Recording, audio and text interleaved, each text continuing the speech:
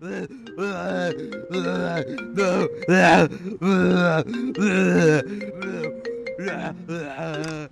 Hey, did you get the booze yet? What the hell's taking you so long? Sorry, I got a little sidetracked on my way to the liquor store. Whatever, just come back already. I get anxious whenever I'm too sober.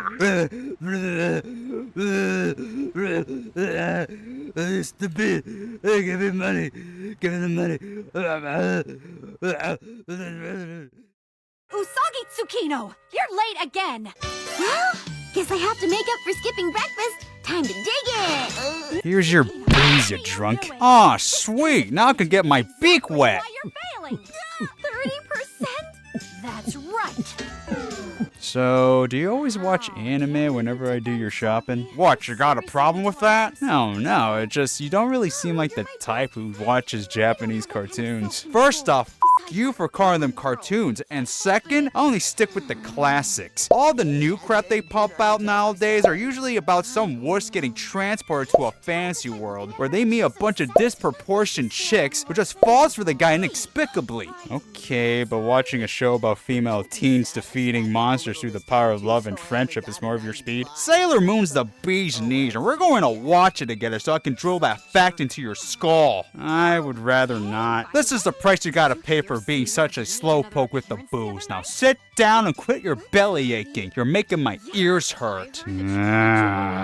Let me give it to you straight. Sailor Moon the anime mainly focuses on a girl named Usagi Tsukino, a middle schooler who... Wait a minute, middle schoolers? I thought the characters we're going to be following would be in their mid to late teens at least. I seriously can't envision a bunch of snot-nosed brats somehow putting up a decent fight against the forces of darkness. Hey, the school system over there in Japan works differently compared to the US. Usagi would be considered a high schooler by our standards. Like that makes it any better. Just shut up and let me continue, okay? Usagi Tsukino, a run-of-the-mill teenage girl who, despite not being the sharpest tool in the shed, an idiot who can't seem to get grades higher than 30, and also gets ridiculed by her little brother daily for being so weird, just one day gets bestowed magical powers due to her stopping a couple of kids harassing a defenseless cat while she was on her way to school. So, got reward her superpowers because she did a good deed? No, silly. The cat she saved earlier is the true culprit. You see, this talking purple feline over here, after sneaking into her room through the window and freaking her out for a moment, does a wicked backflip and poops out a small device that allows Meat Buns to transform into the one and only Sailor Moon, which is a good thing because somewhere out there an evil organization led by wannabe Maleficent, who likes to hover her hands around a crystal ball for some reason, is planning to revive a demon overlord by harvesting loads of energy from the human population. Mr.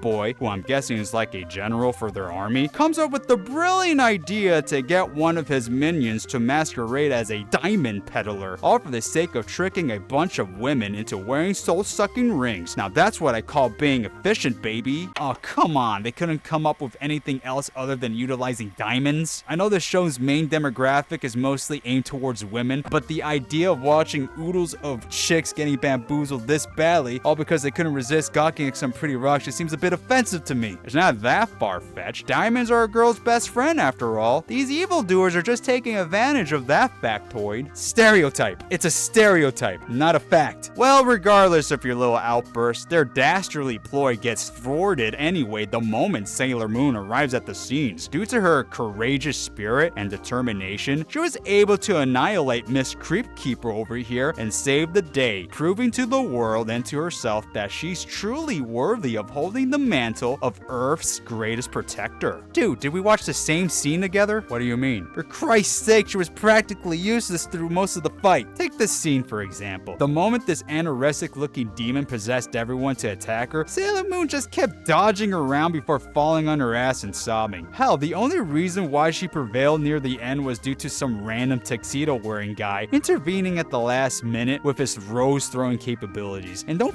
tell me that having the protagonist stop the monsters by crying so loud that it stuns them all isn't insulting to the viewers in any way. Could you imagine Batman stopping the Joker with his tears? No, because that would ruin the character's image forever. Forever! Calm down, it's only an anime. Don't get all riled up. I'm not. The show is just not for me, okay? Okay, so was there at least anything you found compelling throughout the episode? Well...